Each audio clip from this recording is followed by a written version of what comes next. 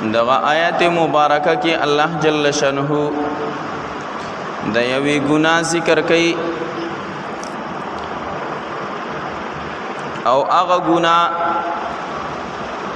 داسې ګناه ده چې په دې باندې د الله جل شانه د طرف نه او د الله د رسول د طرف نه د جنگ اعلان دی. ګناهونه نور هم ډیر دي، الله جل شانه پاغي باندې مختلف وعیدونه او عذابونه ذکر کړی دي. کدا ګناه دی وکړل نو دا سزا به درته ملاويږي،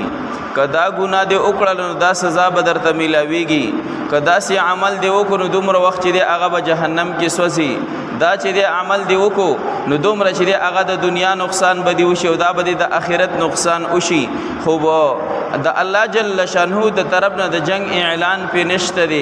او دغه ګناه چې د کوم ذکر الله جل شانه په دغه آیات مبارکه کې ذکر کړی دی نو دغه داسې ګناه ده چې په دې باندې د الله او د الله د رسول د طرف نه د جنگ اعلان دی.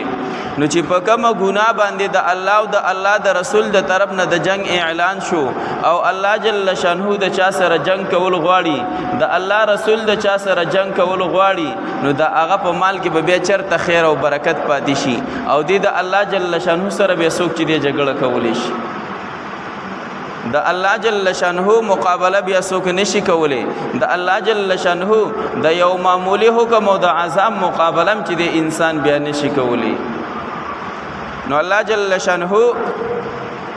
دغه آیات مبارکه کې چې د کمی ګناه ذکر کړي، د کم عمل ذکر کړي، هغه چې د هغه ګناه د سود ګناه ده. سود دا چې ډیره زیاته سخت ګناه ده او د چې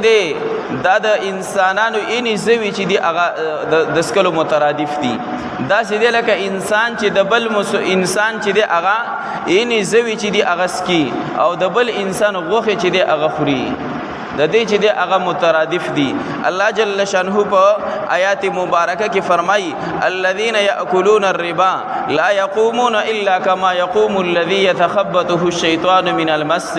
هغه کسان الذين ياكلون الربا، هغه کسان چې د سود چې د کاروبار کوي، د سود مال چې د هغه خوري، د سود مال چې د هغه استعمالي، نو الله جل شانه فرمایي لا يقومون الا كما يقوم الذي يتخبطه الشيطان. دی بنر پاسی د قیامت په ورځ باندې مگر داسې برا پاسی چې یو کس شیطانانو چې د هغه لیونه کړي په مسکول سره. نو مفسرین چې د هغه ذکر کوي مثال داسې دی یو کس باندې پیریان راغلي، جنات په چې د هغه راغلي او د چې د داسې رغړي راغړي، کله یو خوا پرې وځي کله بل خوا پرې وځي او دا چغې او سورې وي او ټوپونه وي. نو د چې د قیامت په ورځ باندې کله اسرافیل علیه السلام شپېلې ووي او انسانان د قبرونو نه راپاسي میدان محشر طرف ته رواني، نو دغه سودخور چې دی هغه به داسې رواني لکه دغه کس باندې چې پیریان راغلي او دی چې د ټوپونه وي او رغړي راغړي، کله یو خوا پرې وځي کله بل خوا پرې وځي. نو دا کس به چې دغه شان چې دی هغه میدان محشر ته را رواني، نو خلک به یې چې دا هغه د معاشري سودخور دی، دا هغه سودخور دی چې اوس را روان دی او دای حال دی په بدحالۍ باندې را روان دی. نو خلکو ته پته ولګي چې دا لکه زمونږ د معاشري هغه سودخور دی.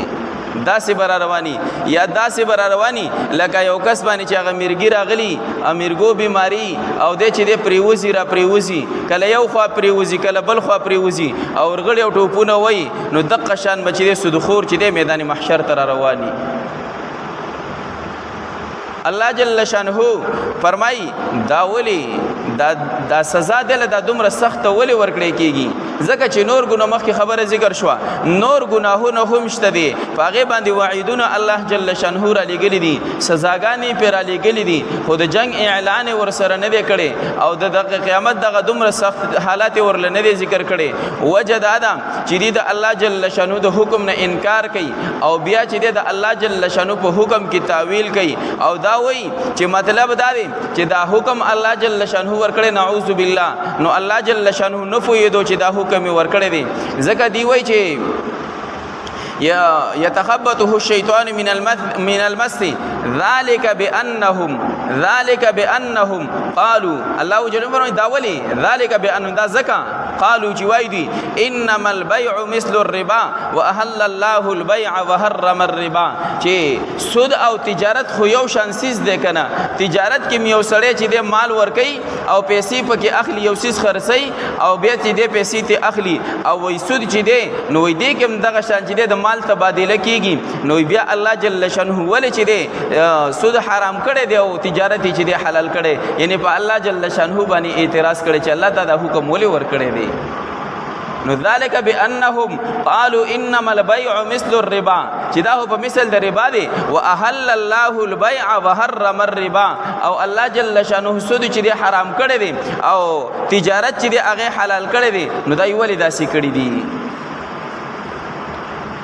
خو الله جل شانه فرمایي چا تواضع نصیحت راغې فمن جاءه موعظه من ربه فانتهى د الله جل شانه د طرف نو تواضع نصیحت راغې د الله جل شانه د طرف نو ورته حکم راغې د چې د خبر شو نو فانتهى د من شو فله ما سلف نو د فر هغه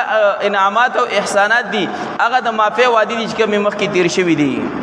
بیا اوس د الله جل شانه د معافی وعده ده چې توبه ویستله خو کو توبه نو باسي او په دغه خپل عمل کې دغه رنګ مخپولان دي رواني د خپل سود نه چې د نرا من کېږي نو الله جل شانه ور لبیا چې دغه عذابونه چې دي هغه تیار کړی دي او حالان کې الله جل شانه فرمایي يمحق الله الربا ويربي الصدقات الله جل شانه سود مال چې دی دا هلاکي او بربادي او ويربي الصدقات او صدقې چې دی نو دا دوچن کوي اوس دا خبره چې ظاهرا یو سړی سود کوي نو ظاهرا خو دی وایي کنه چې زما مال سیوا کیږي خو په هغه کې برکت نه نو په حقیقت کې دغه مال چې دی دغه کمیږي ظاهرا د مال چې د سیوا کیږي خو حقیقتا د مال چې د هغه کمیږي او یو بل کس چې د هغه صدقه ور کوي نو ظاهرا د مال چې د خاري سړی خو ته خدا سي چې عمل کم شو خدا په حقیقت کې دغه مال چې د هغه سیوا شو ير به صدقات الله چې د صدقې دوچن کوي الله جل شانو به خیر او برکت اچي الله جل شانو ورلا مال چې د هغه سیوا کوي دا